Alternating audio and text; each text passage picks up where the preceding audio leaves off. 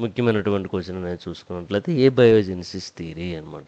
A biogenesis this theory consider that arise from non living material in spontaneous manner అనమాట.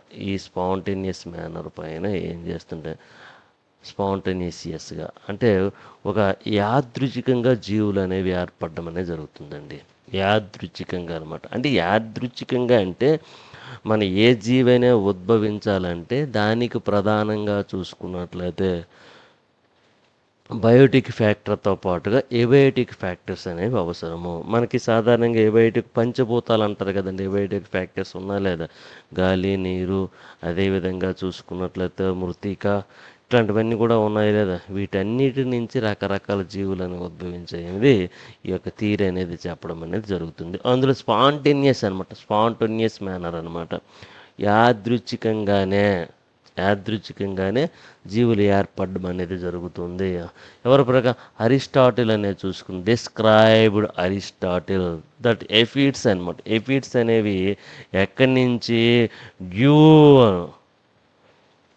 Arise from the dew that falls on plants అండి. That falls on plants అని చెప్పుకోవచ్చు. And the flies అనమాట చూసుకున్నట్లయితే ప్యూట్రిడ్ manner అనమాట. ప్యూట్రిడ్ manner నుంచి formation కావడం అనేది జరుగుతుంది. అదేవిధంగా నెక్స్ట్ ఫిషెస్ అనేవి చూడండి. ఫిషెస్ అండ్ ఫ్రాగ్స్ అనేవి ఏ విధంగా ఫార్మేషన్ అయ్యాయంటే ప్రొడక్షన్ అయ్యంటే మడ్ నుంచి ఫార్మేషన్ కావడం అనేది జరిగింది అనమాట.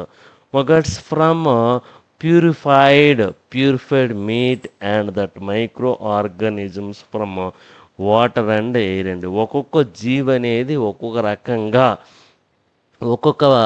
ఒక్కొక్క దీని నుంచి, ఒక్కొక్క మెటీరియల్ నుంచి, ఒక్కొక్క సబ్స్ట్రాటమ్ నుంచి ఫార్మేషన్ అయింది అనేది అరిస్టాటిల్ వాళ్ళందరూ చెప్పడం అనేది జరుగుతుందని చెప్పుకోవచ్చు అనమాట. ఓకేనండి.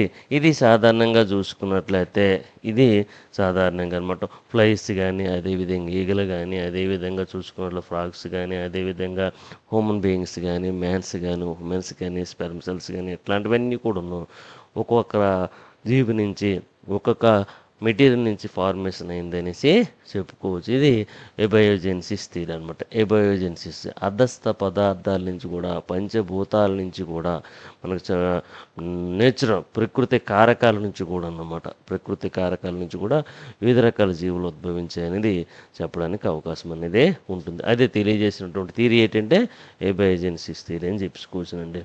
ఎబయోజెన్సిస్ లూయిస్ పాస్చర్ ప్రకారంగా చూసుకున్నట్లయితే దట్ గ్రేట్ మైక్రోబయాలజిస్ట్ అండి ఈయన ఎవరో ఫ్రాన్స్ అనమాట. ఫ్రాన్స్ దేశానికి చెందినటువంటి మంచి మైక్రోబయాలజిస్ట్ అని చెప్పుకోవచ్చు అనమాట. In the middle of the 19th century చూసుకున్నట్లయితే living organism do not arise spontaneously. ఎవరు లూయిస్ పాస్చర్ అనే శాస్త్రవేత్త ఏం చేశారంటే లివింగ్ ఆర్గానిజమ్స్ అనేవి స్పాంటేనియస్గా ఫార్మేషన్ కాలేదు, ఫ్రమ్ నాన్ లివింగ్ మ్యాటర్ నుంచి ఫార్మేషన్ కాలేదని చెప్పారనమాట. ఈ disproved theories of spontaneous generations and once for all established that life arise from pre existing life అనమాట. అంటే ఈయన ఏం చెప్పారంటే అది కూడా కారణమే.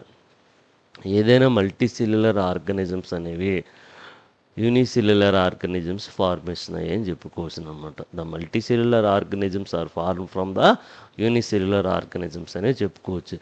ఏకకణ జీవుల నుంచి బహుకణ జీవులు అనేవి ఉద్భవించాయని చెప్పుకోవచ్చు అనమాట. ప్రీ ఎగ్జిస్టింగ్ సెల్స్ అనమాట.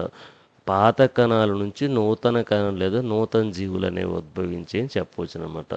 ఓకేనండి.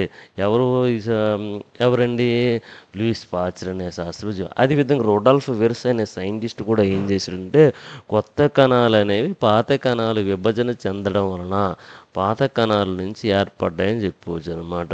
The pre existing cells the new cells are new organisms are form from the pre existing cells అని చెప్పుకోవచ్చు. పాత కణాలు అనేవి విభజనలో పాల్గొనడం వల్ల నూతన కణాలు లేదా న్యూ టిష్యూస్ అనే ఫార్మేషన్ అయ్యాయని చెప్పుకోవచ్చు అనమాట. ఇది సాధారణంగా ప్రీ ఎగ్జిస్టింగ్ లైఫ్ అని చెప్పుకోవచ్చునండి.